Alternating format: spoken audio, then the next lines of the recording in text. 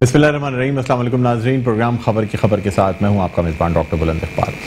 नाज़रीन, आज सबसे पहले हम बात करना चाहेंगे सिंध असम्बली के हवाले से, जहां पर मुख्तलिफ जो अरकान हैं PTI के, उन पर पाबंदी लगाई गई। वजह ये थी कि एक जो चारपाई है वो असम्बली में लाई गई थी और फिर ऐसे नारे लगाए गए थे, जमहूरियत का जनाजा निकाला गया था, जिसकी वजह से स्पीकर ने एक कदम उठाया और उनका ये कहना था कि असम्बली के तक़द्दुस को पामाल किया गया। जब गेट्स बंद कर दिए गए तो बहुत से मुत्तहिदा कौमी मूवमेंट पाकिस्तान के अराकीन जो हैं वो भी असम्बली में दाखिल नहीं हो सके और इस दौरान मुख्तलिफ प्राइवेट बिल्स जो हैं वो एक तरफा तौर पर पास भी कर दिए गए। इसी वजह से प्रेस कॉन्फ्रेंस भी की गई। मुत्तहिदा कौमी मूवमेंट के डिप्टी कन्वीनर जनाब कुंवर नवीद जमील ने प्रेस कॉन्फ्रेंस की और उनका ये कहना था कि एहतजाज, ये जो वॉकआउट था वो PTI की वजह से किया गया था। बहरहाल हम उनसे बात करना चाहेंगे। इस वक्त हमारे साथ ऑनलाइन मौजूद हैं मुत्तहिदा कौमी मूवमेंट के डिप्टी कन्वीनर कुंवर नवीद जमील। अस्सलाम वालेकुम सर, आपको खुशामदीद कहते हैं प्रोग्राम खबर की खबर में। अस्सलाम वालेकुम सर, आपको खुशामदीद कहते हैं प्रोग्राम खबर की खबर में। नवीद भाई, मेरी आवाज सुन सकते हैं आप? जी, हम दोबारा राब्ता कायम करने की कोशिश कर रहे हैं कुंवर नवीद जमील साहब से और उनसे ये भी जानेंगे कि आखिर पाकिस्तान तहरीक इंसाफ के कहने पे जो एहतजाज किया गया और जिसकी वजह से आज मुत्तहिदा कौमी मूवमेंट पाकिस्तान के जो अराकीन हैं वो भी असम्बली में दाखिल नहीं हो सके। हमारा राब्ता बहाल हो गया है। कुंवर नवीद जमील साहब हमारे साथ लाइन पर मौजूद हैं। हेलो जी, अस्सलाम वालेकुम। नवीद भाई, आप मेरी आवाज़ सुन सकते हैं सर?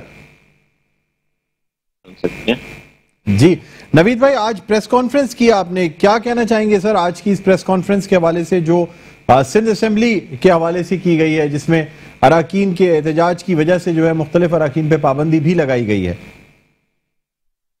देखिए सर, ये सारा प्रोसेस ही गलत था क्योंकि कल स्पीकर साहब को एतराज हुआ था कुछ सामान असम्बली में लेकर आने के लिए, तो लेकिन क्योंकि वो असम्बली में आ नहीं सका था तो इस वजह से एक तो जिन अराकीन को PTI के सस्पेंड किया गया उनकी सस्पेंशन बनती नहीं थी, और फिर दूसरा, अगर किसी को सस्पेंशन होती भी है तो उसे हॉल के अंदर ही आने में पाबंदी होती है। असेंबली बिल्डिंग में नहीं, उसमें तो ऑफिस भी होते हैं ना। तो ये कि तमाम ही उसका एक तो गेट बंद कर देना, उसमें ना सिर्फ जो सस्पेंडेड वो थे अराकीन, उनके अलावा जो PTI के दीगर अराकीन थे वो भी नहीं आ सके। हमारे भी कुछ अराकीन थे, फिर कुछ और भी अराकीन ऐसे थे जो बाहर घूम रहे थे, एक आध शायद को मिनिस्टर भी थे। तो ये मेरे ख्याल में इसमें मिसमैनेजमेंट ज्यादा थी, और जबकि सियासत जो है वो तो नाम ही बहुत बड़ी बर्दाश्त और दरगुजर का है।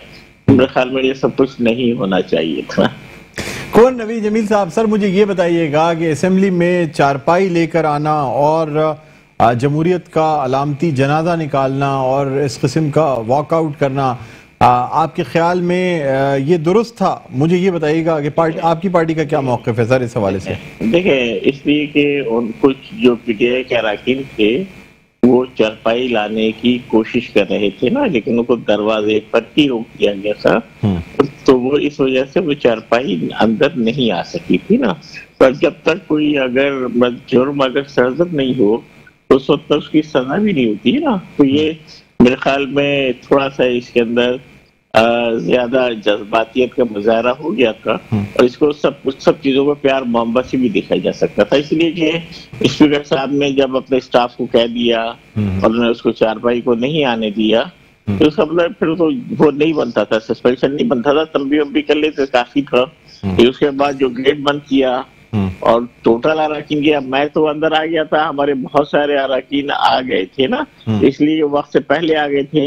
लेकिन बाद में जब गेट बंद किए गए तो उसमें PTI के तो ऑलमोस्ट तमाम अराकीन, फिर कुछ और हमारे भी एक आध अराकीन, इसके अलावा मुझे बाद में पता चला कि बाहर शायद कुछ मिनिस्टर्स थे, कुछ पीपल्स पार्टी के अराकीन थे, कुछ दीगर अराकीन थे, वो भी शायद बाहर रह गए थे। तो इसके बगैर भी अपना उसको किया जा सकता था ना। अच्छा सर, लेकिन नवीद भाई, आपने शायद देखा भी हो, वीडियोस भी आ गई हैं कि चारपाई को तो अंदर लेके आ गए थे हॉल में, और उसके बाद बाकायदा सिक्योरिटी गार्ड्स ने जो है बड़ी मज़ाहमत के बाद वो चारपाई बाहर निकाली और उसे खोल भी लिया गया था। उसको बाकायदा जो है एक बिस्तर में लपेट के लाया गया था। बड़ी चारपाई थी सर, अंदर तो आ गई थी सर, ऐसा नहीं है कि ऑफेंस हुआ नहीं। वो एक फोल्डिंग चारपाई थी ना, जिसको वो अंदर लेकर आने की कोशिश कर रहे थे स्पीकर साहब के हुक्म पर। जो वहाँ की सिक्योरिटी थी उन्होंने उसे दरवाजे पर ही रोक लिया ना, और दरवाजे पर रोककर ही उसको बाहर निकाल दिया ना। तो इसका मतलब वो जिस मकसद था वो हासिल नहीं हुआ था। मेरे ख्याल में ये जो एक्सट्रीम एक्शन लिया गया, मेरे ख्याल में ये भी वो था गैर जरूरी था। इतने ज्यादा इससे तंबी से भी, और फिर दूसरा मकसद हासिल हो गया था ना, उसको बाहर निकाल के जब सब कुछ कर दिया तो उसके बाद इतना एक्सट्रीम एक्शन की जरूरत थी नहीं। फिर उसी से तमाम चीजें आज भी खराब होती रही और ये कोई अच्छी रवायत नहीं पड़ी है।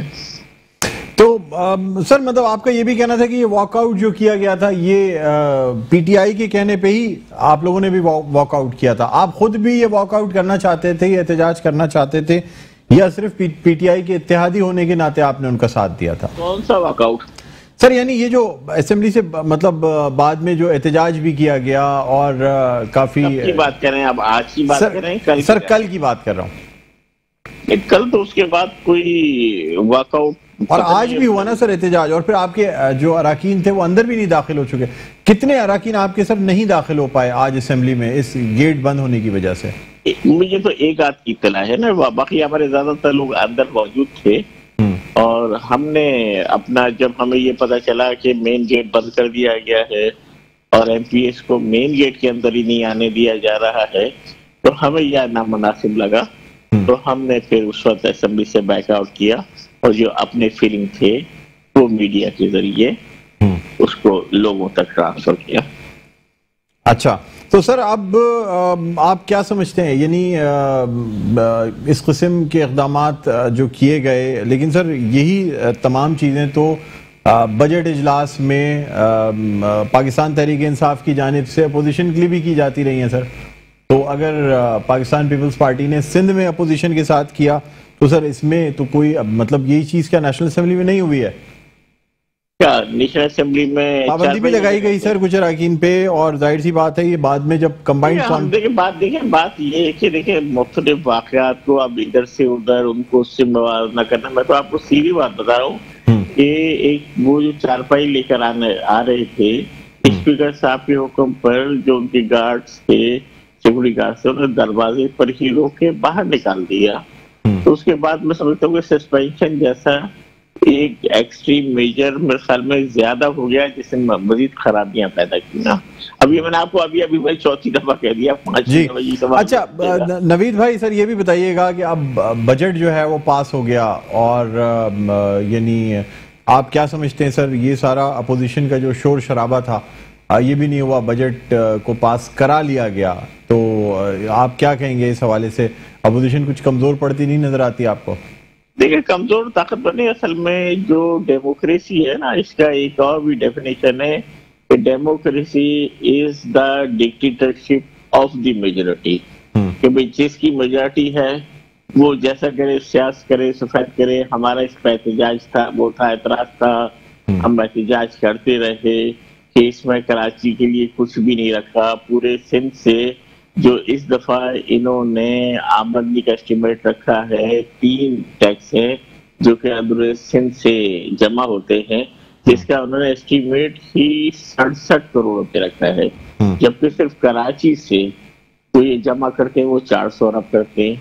लेकिन उन्होंने कराची में कोई काबिल जिक्र कोई प्रोजेक्ट है। पूरे कराची में सिर्फ 2 कॉलेज है, एक सईद गनी साहब जो वजीर तालीम है उनके हल्के में, और एक मलिक में। इस समय बाकी कराची में उन्होंने इन 13 सालों में ना कोई कॉलेज बनाया, ना कोई अस्पताल बनाया। आप भी कराची के रहने वाले हैं, आपने देखा फिर कराची में नया कोई अस्पताल बनाओ, नया कॉलेज बना हो।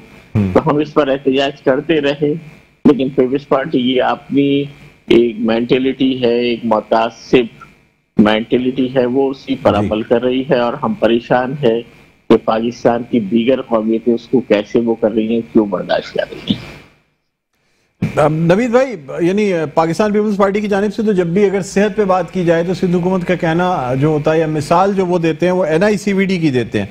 जी NICVD हमने बनाया, सिंध के मुख्तलिफ शहरों में इसके सेंटर्स बनाए हैं, और पूरा सिंध जो है वो NICVD के मुख्तलिफ सेंटर्स से जो है वो इस्तेफादा करता है, मोबाइल यूनिट्स लगाए गए हैं।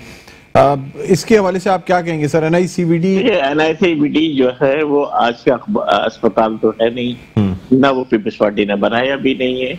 उन्होंने उसके मजीद सब स्टेशन पूरे सिंध में बनाए हैं। अच्छी बात है, वहाँ के गरीब लोगों को वो हेल्थ फैसिलिटी फराहम कर रहे हैं, लेकिन वो उसको बहरहाल कराची के लोगों का मुकद्दर यही तो नहीं है कि वो प्राइवेट अस्पतालों में अपना इलाज कराते रहे और प्राइवेट स्कूलों और कॉलेजों में अपने बच्चों को पढ़ाते रहे। उनको भी तो पब्लिक सेक्टर जिसके लिए इतने भारी पैसे देते हैं, उसके लिए उनको भी तो सहूलत की जरूरत है। उनके लिए तो ये नसीब नहीं होना चाहिए कि वो वाटर बोर्ड को बिल भी अदा करें और टैंकर से खरीद कर पानी भी पिए। तो तमाम बातें मैंने अपनी स्पीच में कही है, नेशनल असेंबली में, मीडिया में भी हम कहते रहते हैं, लेकिन ना ही इस पर पीपल्स पार्टी पर कोई असर होता है। लेकिन बाकी पाकिस्तान में और भी बहुत सारी हुकूमतें, ताकतें हैं, ना उन पर कोई असर होता है। कराची का मदावा करने के लिए तो कोई भी आगे बढ़ने को तैयार नहीं है। नवीद भाई, आपसे लास्ट क्वेश्चन करना चाहूंगा सर। कल सहाफ़ी प्रोटेक्शन, यानी उनके सहाफ़ियों के प्रोटेक्शन के लिए जो है वो एक बिल पेश किया गया, जो कि पास भी कर लिया गया। सर, उस पर मुत्तहिदा कौमी मूवमेंट का क्या मौक़िफ़ है? पहले गवर्नर सिंध की जानिब से इस पर एतराज़ात भी लगाए गए थे और दूसरी दफ़ा ये बिल पास किया गया है। अब अगर एतराज़ात लगाए भी जाते हैं, फिर भी ये एक्ट बन जाएगा और ये कानून का हिस्सा बन जाएगा जब दूसरी दफ़ा असेंबली से पास कर लिया गया है। कल ये तो असल में तहफ़्फ़ुज़ तो किसी को भी हासिल हो ना, वो सहाफ़ियों को हासिल हो, वो बच्चों को हासिल हो, वो ख़वातीन को हासिल हो, वो जानवरों को हासिल हो, तो अच्छी बात है ना। वो बुजुर्गों को हासिल हो, जिसको भी हासिल हो, तो ये सहाफ़ियों की तहफ़्फ़ुज़ के लिए बिल है, अच्छी बात है। तो ये होना चाहिए। मैं खुद असेंबली में था, हम लोगों ने इसकी हिमायत की। ये जो बिल पास हुआ है उसमें हमारी हिमायत शामिल थी। आपकी हिमायत शामिल थी? ठीक ठीक ठीक है, बहुत शुक्रिया कुंवर नवीद जमील भाई, आपने हमारे प्रोग्राम के लिए वक्त निकाला। नाज़रीन, डिप्टी कन्वीनर मुत्तहिदा कौमी मूवमेंट पाकिस्तान कुंवर नवीद जमील हमारे साथ ऑनलाइन मौजूद थे। यहाँ हम एक छोटा सा वक्फा लेना चाहेंगे, वक्फे के बाद दोबारा आपकी खिदमत में हाजिर होते हैं। कहीं ना जाइएगा, देखते रहिए प्रोग्राम खबर की खबर। नाज़रीन, वेलकम बैक। एक दफ़ा फिर आपको खुशामदीद कहते हैं प्रोग्राम है खबर की खबर। मैं हूँ आपका मेज़बान डॉक्टर बुलंद इकबाल। नाज़रीन, अब हम कुछ बात करना चाहेंगे कोरोना के हवाले से, और ख़ास तौर पे ईद उल अज़हा चूँकि करीब है और इसलिए लोग मंडी का भी रुख कर रहे हैं, तो इस हवाले से भी बात करेंगे। इस वक्त हमारे साथ मौजूद हैं डिस्ट्रिक्ट गवर्नर रोटरी क्लब जनाब प्रोफेसर डॉक्टर फरहान ईसा। अस्सलाम वालेकुम सर, आपको खुशामदीद कहते हैं प्रोग्राम खबर की खबर में। वालेकुम अस्सलाम, कैसे हैं आप? अल्लाह का करम, मैं ठीक हूँ। सर, क्या कहते हैं, ये कोरोना के हवाले से ये कहा जा रहा है कि इसकी चौथी लहर जो है वो भी शायद जो है ना वो पूरी दुनिया में और हमारे मुल्क में भी आए। आप क्या कहते हैं सर इस हवाले से? देखिए, सिचुएशन ये है कि ये जो लहरें हैं ये तो आती रहेंगी जब तक कि 70% से ज्यादा लोग दुनिया के या तो वैक्सीनेटेड नहीं हो जाते या वो बीमारी के बाद होने के बाद ठीक नहीं होता है, जिसको कहते हैं हर्ड इम्यूनिटी। यानी कि अगर 70 लोग या तो बीमार होकर ठीक हो जाते हैं या वो वैक्सीनेटेड हो जाते हैं, तो तभी वो इस बीमारी से प्रोटेक्टेड रह सकते हैं। अच्छा, ये तो इतना स्लो प्रोसेस है और आपको पता है कि एंटी वैक्सीनेशन कैंपेन्स भी चल रही है कि लोग जो है वैक्सीनेशन को लगवा भी नहीं रहे हैं। शक व शुबहात जो कि सब मनगढ़ंत कहानियां और गलत हैं उस पर बिलीव कर रहे हैं, तो ये चैलेंज तो रहेगा। और ये हमने आपके प्रोग्राम में पहले भी, आप अपनी आगाही के प्रोग्राम्स करते हैं, उस वक्त भी ये बात आई थी कि ये जो है सिचुएशन ये तो चलती रहेगी, तो ये लहर खत्म होगी, कुछ अर्से के बाद लोग केयरलेस भी होंगे, फिर चौथी लहर आएगी और ये सिलसिला चलता रहेगा। तो सबसे पहले एहतियात करना बहुत ही ज्यादा जरूरी है और खासतौर पे जो त्यौहार आ रहे हैं इनमें ख्याल करना बहुत ही ज्यादा जरूरी है। मुझे ये भी बताइएगा फरहान भाई कि अब चूंकि कुर्बानी जो है ना वो करीब है, लोग मंडी जाते हैं। अच्छा, कुछ बीमारियां जो हैं वो कैटल से भी इंसानों को लग जाती हैं और वो हर साल ये होता है कि लोग पहले ख्याल नहीं करते और उसके बाद जब ये बीमारियां फैलने लगती हैं तो फिर जो है ना लोग इसकी तरफ, इसकी एहतियाती तदाबीर पे जाते हैं। सर, आप क्या कहना चाहेंगे इस हवाले से? क्या एहतियाती तदाबीर इख्तियार करनी चाहिए लोगों को जो मवेशी मंडियों का रुख करते हैं? देखिए, इस वक्त तो दो मसाइल है ना। एक तो ये है कि कोविड ज़ाहिर ख़त्म नहीं हुआ, एक तो इसके मसाइल हैं, और NCOC जो एक बहुत ही अच्छा इदारा बना है उसके गाइडलाइंस आई हैं कि जो भी जाएगा, जिनको फ्लू हो या फीवर हो, वो तो पहले ऐसी जगहों पे जहाँ पे मंडी है वहाँ पे नहीं जाएगा। मास्क और ग्लव्स पहनना जरूरी है, हाथ को साफ रखना और 2 मीटर का फासला रखना। और यही जो है वो जो कैटल ओनर्स हैं उनको भी कहा गया है। लेकिन ऐसी बहुत सारी बीमारियां जो जानवरों में होती हैं, जो जानवरों के साथ इंसानों को लगती हैं, जो जूनोटिक इन्फेक्शंस कहलाती हैं, वो भी एक चैलेंज है। पंजाब से कुछ सालों में कॉन्गो हेमोरेजिक फीवर एक बहुत ही खतरनाक फीवर है। लोगों को डेंगू के बारे में तो पता चल चुका है।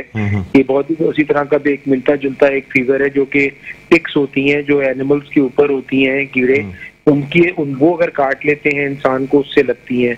इसलिए बहुत जरूरी है ये देखना कि जो जब ये कैटल ओनर्स भी जब कैटल में ये जब फार्म्स पे ये आते हैं, ये जानवरों के अंदर ये कोई बीमारियां ना लगी हुई हों पहले से टिक्स के साथ, या और भी ऐसी वायरसेस हैं जो इनके अंदर जो उसके अंदर जो लोगों इंसानों को लग सकते हैं, जिसमें अल्सर्स हुए होते हैं मुंह के अंदर भी और खालों के ऊपर भी, जो कि वायरस जो है जिससे इंसान को लग सकता है। फिर साल्मोनेला जो टाइफॉइड भी एक साल्मोनेला इन्फेक्शन कहलाती है, वो साल्मोनेला की जरासीम है जो गंदगी की वजह से और इंसानों को लग सकते हैं। तो बेसिकली कहने का मकसद ये है कि ऐसी बेतहाशा बीमारियां, लेकिन उनका लुबे लुबाब यही है कोविड के अलावा के ग्लव्स पहने, एनिमल्स के ज्यादा करीब ना जाएं, छोटे बच्चों को ले जाना मना है। जिस तरह देखिए अभी मस्जिद के लिए भी गाइडलाइंस आई हैं कि एल्डरली लोग जो 60 साल से ऊपर हों और 15 साल से कम उम्र के बच्चे हों, उनको भी एडवाइस नहीं है कि वो जो है वो मस्जिद में जाके ईद की नमाज पढ़े, क्योंकि वो ससेप्टेबल पॉपुलेशन होती है। तो यही जो मस्जिद की गाइडलाइंस आई हैं, यही बकरा पीढ़ी जाने की और मंडी जाने की गाइडलाइंस हैं। अच्छा, तो इसमें सर ये भी आपसे जानना चाहेंगे कि अब जाहिर सी बात है, एक तरफ तो कोविड है और जहां ये रश हुजूम बढ़ेगा वहां पे कोविड भी फैलने का सिलसिला है। सर आपने शायद आपकी नॉलेज में भी होगा कि अमेरिका में इस वक्त जितने लोगों को वैक्सीन लग चुकी है उनमें से कोई हॉस्पिटल एडमिट नहीं हो रहा है, यानी अब तमाम वो लोग हॉस्पिटल में एडमिटेड हैं जो अनवैक्सीनेटेड हैं। लेकिन सर हमारे यहाँ फिर भी हॉस्पिटल एडमिशंस हैं उन लोगों में जो वैक्सीनेटेड भी हैं, क्या कहेंगे इस हवाले से? दो तीन वजूहात हैं। बिल्कुल ऐसा है कि यूएस में बहुत सारी जगहें ऐसी हैं जिनमें फाइजर और मॉडर्ना वैक्सीन लगाने के बाद जो है उनको बल्कि कहा गया कि कम लोग मिले, लेकिन उनको मास्क पहनने के ऊपर भी ज्यादा सख्ती नहीं हो रही है। लेकिन हमारी जो पॉपुलेशन है वो अलग है। एक तो क्या है कि वहाँ पे ज्यादातर लोग 90% से ज्यादा लोग जो है वो वैक्सीनेटेड हो चुके हैं। हमारे यहाँ तो उल्टा हिसाब है कि 10-15% होंगे जो वैक्सीनेटेड होंगे। तो हमारे यहाँ तो वो सिचुएशन नहीं है ना, क्योंकि अगर एक बंदे ने वैक्सीन लगा ली है सिर्फ 5 और जो है वो बाकी के 9 लोगों से वो मिल रहा है, 10 में से 1 की वैक्सीन लगी हुई है और 9 की नहीं लगी हुई है, तो ट्रांसफर होने का एक डेफिनेटली बहुत हायर रिस्क है। सेकंड चीज ये है कि वैक्सीनेशन अगर सबकी लगी होती तो फिर वो रिस्क कम हो जाता, लेकिन इनके पाकिस्तान के केस में आपको पता है बहुत ही कम पॉपुलेशन है जिसको वैक्सीनेशन लग चुकी है। और ऐसी ये बड़ी स्ट्रेंज बात है कि बहुत सारे लोगों को तो पहली वैक्सीनेशन लगाने के बाद वो सेकंड डोज लेने भी नहीं आए हैं, ये जो र्यूमर्स के फैलने के ऊपर और कंफ्यूज होने की वजह से, जो कि एक बहुत बड़ा मसला है। और ये मसला सिर्फ इसमें नहीं देखा जा रहा कोविड की वैक्सीन के लिए, बल्कि ये पोलियो के लिए भी देखा गया है कि दुनिया से पोलियो एरेडिकेट हो चुका है। मक्का मदीना में जहाज लैंड करता है, सबसे पहले उम्रे और हाजी के जो पिलग्रिम्स होते हैं उनको पोलियो ड्रॉप्स पिलाए जाते हैं। लेकिन पाकिस्तान अनफॉर्चुनेटली एक ऐसी कंट्री है जो कि रूमर्स पे बहुत ज्यादा सॉर्ट ऑफ बिलीव करने लग रही है, और ये रूमर जो है वो इसी वजह से पाकिस्तान और अफगानिस्तान 2 ममालिक रह गए जिनसे पोलियो भी नहीं खत्म हुआ है। और अगर आइंदा ये मसला खत्म नहीं होता तो यहाँ पे इसकी भी ट्रैवल बैन लग जाएगा पाकिस्तान के ऊपर पोलियो के लिए भी कोविड के बाद।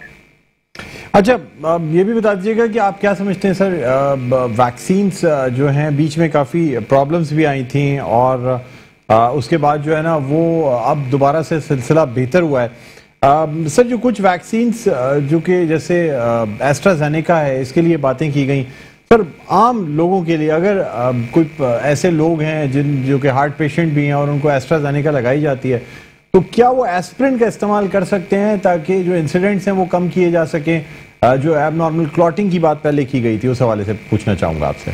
देखिए कुछ केसेस में क्लॉटिंग आई थी, लेकिन अभी देखिए एस्ट्राजेनेका पाकिस्तान में अभी जो है काफी अरसे से अब लग रही है एस्ट्राजेनेका। और बल्कि जो जहाँ पे भी वैक्सीनेशन लगाई जा रही हैं गवर्नमेंट के हॉस्पिटल्स वगैरह में, उसमें कोई भी लगा दी जाती है जैसे एस्ट्राजेनेका या कैंसिनो बायो की या साइनोफार्म की, और ये मतलब पेशेंट के जो भी लगवा रहा है उसके पास चॉइस नहीं होती। और अभी तक पाकिस्तान में ऐसी कोई साइड इफेक्ट मेजर तौर पे क्लॉटिंग वगैरह का देखा नहीं गया।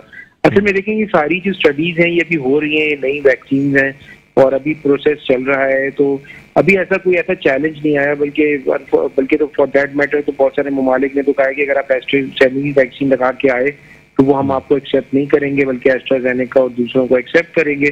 तो इसी वजह से पाकिस्तान ने बड़ा अच्छा स्टेप लिया कि फाइजर की वैक्सीन भी यहाँ पे अब अवेलेबल हो गई है, क्योंकि कुछ ममालिक में बच्चों को पढ़ने जाना था और वहाँ पे फाइजर की वैक्सीन या हज उम्रे के लिए वही कह रहे थे, तो वो भी अवेलेबल कर दी है। अच्छा, ये जो वैक्सीन खत्म हुई थी ना, ये भी देखें वजह ये है कि पर डे का कोई क्राइटेरिया नहीं है, अपॉइंटमेंट के थ्रू तो लोग जा नहीं रहे। तो क्या हो रहा है कि जैसे ही उनका मूड हुआ, दिल चाहा, तो वो चले गए वैक्सीन लगवाने के लिए। तो इस वजह से लोगों को जो वैक्सीन लगाने वाले इदारे हैं उनको वो जो है वो भी क्लैरिफाइड नहीं है कि कितने लोग वैक्सीन लगाने के लिए आएंगे। तो किसी दिन ज्यादा आ जाते हैं, किसी दिन कम आते हैं। तो ये एक बड़ा बात थी, फिर भी उन्होंने बहुत अच्छा जो है वो काम हो रहा है कि वो जो है सबको वैक्सीन लगाई जा रही है, और उसकी वैक्सीन कम हुई थी कुछ दिन के लिए, वो भी फौरन ही कवर कर लिया गवर्नमेंट ने। और इसलिए मैं शाबाश दूंगा फेडरल गवर्नमेंट, प्रोविंशियल गवर्नमेंट और हमारी आर्म फोर्सेस को जो एनसीसी में बैठी हुई है। बाकी इदारे तो जो जितने भी वैक्सीनेशन से जो लग रहे हैं यहाँ पे शहरों के अंदर पूरे मुल्क में, वो तो प्रोविंशियल गवर्नमेंट ही लगा रही है, वही जिम्मेदार है सारी वैक्सीनेशन की। ठीक है सर, बहुत बहुत शुक्रिया डॉक्टर फरहान ईसा, आपने हमारे प्रोग्राम के वक्त निकाला। नाज़रीन, डिस्ट्रिक्ट गवर्नर रोटरी क्लब जो हैं वो हमारे साथ मौजूद थे, प्रोफेसर डॉक्टर फरहान ईसा। इनका कहना ये था कि वैक्सीन्स का लगाना और ये तमाम चीज़ें जो है ना, इस पर खराज तहसीन पेश करनी चाहिए, ख़ास तौर पे गवर्नमेंट को, जिसने कि ये तमाम जो स्टेप्स हैं वो लिए हैं और जिस तरीके से इस स्टेप्स लेके ये तमाम काम किए। मेरा नाज़रीन, यहाँ एक छोटा सा वक्फा लेना चाहेंगे, वक्फे के बाद दोबारा आपकी खिदमत में हाजिर होते हैं। देखते रहिए प्रोग्राम खबर की खबर। जी नाज़रीन, वेलकम बैक। एक बार फिर आपको खुशामदीद कहते हैं प्रोग्राम में खबर की खबर। मैं हूँ आपका मेज़बान डॉक्टर बुलंद इकबाल। नाज़रीन, हम कुछ मज़ीद बात करना चाहेंगे। एक तरफ तो सिंध असम्बली का मसला, दूसरी जानिब पाकिस्तान पीपल्स पार्टी के वज़रा और जो MPAs हैं उनकी भी इंक्वायरी का सिलसिला भी जारी है। इस हवाले से ये भी ज़राए कह रहे हैं कि वज़ीर आला सिंध मुराद अली शाह ने जो है वो एक इंक्वायरी कमेटी भी तश्कील दे दी गई है। तमाम जो MPAs हैं उनकी इंक्वायरी भी की गई है और मोबाइल फ़ोन्स भी चेक किए गए हैं। कल भी सिलसिला जारी रहा और जो तस्वीरें सोशल मीडिया पर वायरल हुई थी उनके हवाले से भी बात की गई। दूसरी जानिब नाज़रीन, सिंध असम्बली में जो कुछ हुआ और जिस तरह से फिर फिरदौस शमीम नकवी जो कि रहनुमा हैं पाकिस्तान तहरीक इंसाफ के, उनकी जानिब से इस्तीफ़े का भी कहा गया और जाहिर सी बात है जिस तरह से जो अराकीन थे जिन पे ये स्टेप्स लिए गए, तो फिर काफ़ी बातें भी की जा रही थी। मुत्तहिदा कौमी मूवमेंट पाकिस्तान ने भी जो है वो इस हवाले से वॉकआउट किया और ये कहा गया कि चूँकि पाकिस्तान तहरीक इंसाफ के जो अराकीन हैं उनकी जो उनकी आमद पे पाबंदी लगाई गई थी वो कुछ एक्सट्रीम स्टेप था, यानी थोड़ी इससे कम स्टेप जो है ना वो भी लिया जा सकता था, और लेकिन फिर भी जो है वो ये एक्सट्रीम स्टेप लिया गया और अराकीन को रोका गया। तो नाज़रीन, इस हवाले से आज काफ़ी जो है असम्बली में भी बातचीत चलती रही और अराकीन के दरमियान भी बातचीत होती रही, और ख़ास तौर पे अगर आप सोशल मीडिया देखें या पाकिस्तान का इलेक्ट्रॉनिक मीडिया देखें तब भी जो है वो तमाम जगहों पे हरीम शाह की जानिब से जो ऐलान किया गया था उसे डिस्कस किया जाता रहा। दूसरी जानिब हरीम शाह की जानिब से जो कुछ कहा गया उसमें कोई वाज़ेह बात नहीं की गई। यही कहा गया कि ठीक है जी, पीपल्स पार्टी के कोई रहनुमा हो सकते हैं, लेकिन कोई वाज़ेह बात नहीं की गई इस हवाले से। बहरहाल हम नाज़रीन इस वक्त बात करना चाहेंगे तैमूर तालपुर साहब से, जो कि minister for information science and technology हैं और साथ साथ रहनुमा है पाकिस्तान पीपल्स पार्टी के, और इनसे हम सबसे पहले तो इनको खुशामदीद कहना चाहेंगे अपने आज के इस प्रोग्राम में। अस्सलाम वालेकुम तैमूर तालपुर साहब, आपको बहुत बहुत खुशामदीद कहते हैं सर। बहुत शुक्रिया, आपने प्रोग्राम के लिए वक्त निकाला। Thank you, Dr. Saab. Always a pleasure being on your show. Same here, sir. Likewise. Talpur साहब, आपसे सर ये जानना चाहेंगे कि सबसे पहले तो जो स्पीकर सिंध असेंबली की जानिब से पाबंदी लगाई गई, सर आप नहीं समझते कि थोड़ी एक्सट्रीम स्टेप हो गया? सर पाकिस्तान पीपल्स पार्टी जमहूरियत की अलमबरदार है, कुछ हल्के स्टेप्स ले लेते सर, जरूरी था कि पाबंदी लगा दी जाती, गेट बंद कर दिए जाते। बिस्मिल्लाहिर्रहमानिर्रहीम। देखिए डॉक्टर साहब, हमारे ऑनरेबल चीफ मिनिस्टर की हुई थी, तो इन लोगों ने क्या किया, बंदर नाच, बजाना, बाजे बजाना, मतलब शूट करते हैं किसी मेंबर ऑफ द हाउस को कि इस किस्म की गिरी हुई, बजाय इसके आप सीएम को दे, आप सीएम की बात पे एतराज कर दे, आप उन चीजों का नजर करते हैं, उन चीजों को जो आप समझते गलत है, और अवाम की फायदे की बात करते हैं, हम आपके साथ चलते हैं। तो जब ये सेशन हुआ था, सेशन खत्म होते ही मैंने मुराद नबी साहब को रिक्वेस्ट की थी, मैं सर जो इन लोगों ने आपके साथ बदतमीजी की है, जो इस हाउस का डेकोरम इन लोगों ने खराब किया है, जो तजलील हुई है इस हाउस की, तो अब हम इनको बात करने नहीं देंगे। उस पर मुझे साहब ने कहा कि हम इनकी नहीं हो सकते, हम ये हरकतें नहीं करेंगे और हम इनकी बातें सुनेंगे, let them do what they want to do. यही खराब हो रहे हैं, पब्लिक इन्हीं को गंदा कह रही है, अवाम इन्हीं के खिलाफ बात करेंगे कि हम ये हरकत नहीं करेंगे, हम ये काम नहीं करेंगे।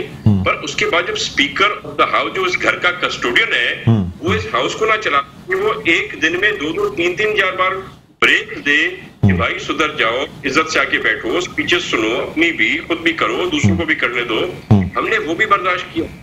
अब उसके बाद हाउस चलने नहीं दे तो हम कैसे चलाएंगे? और जो हरकत हुई, किसी मुल्क में, किसी सूबे में कभी कोई चारपाई और ये चीजें लेके आए, मतलब बेवकूफ तो होते हैं लोग, पर ये तो बेवकूफ की तो कौन है, इनका तो कोई अकल का कोई दामन नहीं है आज। और जारी बात, इस तरह की हरकत होगी तो स्पीकर को इस हाउस की सैंक्टिटी रखने के लिए, हाउस की इज्जत रखने के लिए, हमें तो कहते थे कि सिंध हुकूमत ज्यादती कर रही है हमारे साथ हलीम आदिल शेख पर केस के, तो आज तो एंटी करप्शन के साथ साथ इसके पीछे पड़ गई है। तो उस किस्म के हरकतें हैं जो उसकी खलीद है, तो ये हरकत करार है। तो the now opposition is also not in one page, इनकी ऑपोजिशन नहीं है, तो ये क्या करेंगे? और आप देखा होगा असेंबली के गेट तोड़ रहे हैं, वो बंदर भी मेरे ख्याल से उतना आराम से नहीं चढ़ सकता ऊपर, किसी दरवाजे पर इनका वो मेरे ख्याल से पता नहीं क्या जिसके सर पे डिश लगी हुई है, वो जिस तरह से ऊपर चढ़ के, तो यार this is not the way MNAs MPAs operate, this is not the way of assembly. First timers हैं, लास्ट टाइमर्स हैं, ये पहली बार और आखिरी बार है। पर जो इस घर का फोरम है, जो इस हाउस का ऑनर है, उसको इन्होंने कहां पे छोड़ा है? अच्छा sir, on a lighter note, programme का वक्त इख्तिताम के करीब है, मैं पूछना ही चाहूंगा कि क्या वुज़रा और एमपीएस की इंक्वायरी की जा रही है हरीम शाह के हवाले से? नहीं जी नहीं, तो मेरे ख्याल से हम कर रहे हैं हरीम शाह साहिबा की कि वो क्या करें, किससे शादी की है तो अच्छी बात है, नेक काम है, पर आपने एक ऐसी सिचुएशन बना दी है यहाँ पर, जब आप 17 मिनिस्टर्स पर इल्जाम लगा रहे हैं कि या तो बता दो भाई कौन है, हम आपको मुबारकबाद। और इशू असल क्या है कि फोटो निकलती है ये रशीद के साथ अपना उस पे टाइम करते हुए इमरान खान साहब के हाथ रख के आती हैं, तो उनको उस पार्टी की भाभी है, ये तो अपना जो जबरदस्त हाई मूड्स में उनके आई थी, तो उनकी भाभी समझते हैं ये ना करें। मेरे ख्याल से थोड़ा जमात पड़ गया, यहाँ पर चौहान साहब शायद ज्वाइन करें पाकिस्तान भी। अच्छा सर, बस मुझे ये बता दीजिएगा कि अगर ये पब्लिसिटी स्टंट या ये गलत खबर निकलती है तो क्या कोई सजा भी दी जा सकती है हरीम शाह को? मेरे ख्याल से बहुत सख्ती हुई है लोगों के साथ, जिनके घर परेशान है, जिनकी फैमिलीज परेशान है, जिनको शक शुबा है। ये एक गैर इस्लामिक चीज है इस तरह का एक बात करना अपनी फेम के लिए। तो मेरे ख्याल से असूलन तो एक्शन उठाना चाहिए, पर पीपल्स पार्टी एक बड़ी सिंपल ठंडी जमात है, मेरे ख्याल से हम शायद इसको इग्नोर भी करते हैं, पर असूलन इग्नोर करना नहीं चाहिए, इसके खिलाफ एक्शन होना चाहिए ताकि अगली बार कोई भी ऐसी कोशिश ना करे डिफेम करने की किसी पार्टी को या उस पार्टी के वुज़रा को। ठीक है, बहुत शुक्रिया तैमूर तालपुर साहब, आपने हमारे प्रोग्राम के लिए वक्त निकाला, थैंक यू सर। नाज़रीन, साइंस एंड टेक्नोलॉजी के सूबाई वज़ीर तैमूर तालपुर हमारे साथ ऑनलाइन प्रोग्राम में मौजूद थे। प्रोग्राम का वक्त नाम पर पहुंचता, मुझे बुलंद इकबाल को इजाज़त दीजिए, अल्लाह।